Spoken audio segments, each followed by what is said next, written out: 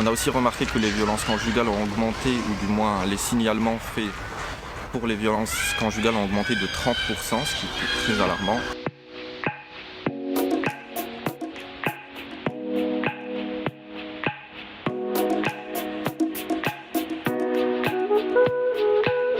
On est une association qui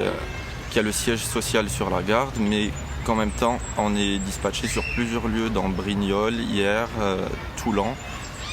Et notre travail, en avant dans nos missions principales, c'est l'accueil de la souffrance psychique des enfants qui sont victimes d'infractions pénales, des femmes victimes de violences, des femmes en général. Donc, on n'a pas de condition d'âge, on a tout simplement une participation annuelle qui s'élève à 52 €, qui nous permet, nous, de fonctionner et d'accueillir une majorité de la demande qui nous est destinée. Cette journée, pour nous dans l'association, je la considère plus comme une piqûre de rappel du travail qui est fait en amont sur les 364 autres jours et dans lesquels on accueille toujours des femmes où on leur donne cet espace en dehors du discours commun pour qu'elles puissent élaborer un brin de singularité dans ce qu'elles vivent en tant que souffrance et dans ce qu'elles traversent. Cette crise qui est un peu de l'ordre de l'inattendu et qui a touché un peu tout le monde, cette crise nous a touchés aussi parce que dans un premier temps, on n'a pas pu être en présentiel, donc on a dû s'adapter, rénover. On a basculé sur les téléconsultations,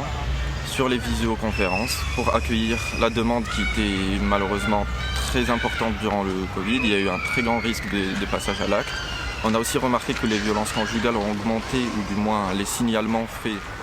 pour les violences conjugales ont augmenté de 30%, ce qui est très alarmant. Et en amont avec ça, on a pu mettre en place, en partenariat avec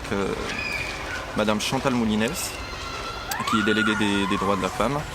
on a mis un nouveau dispositif, le VC, où nous, en tant que psychologues, on écoute les personnes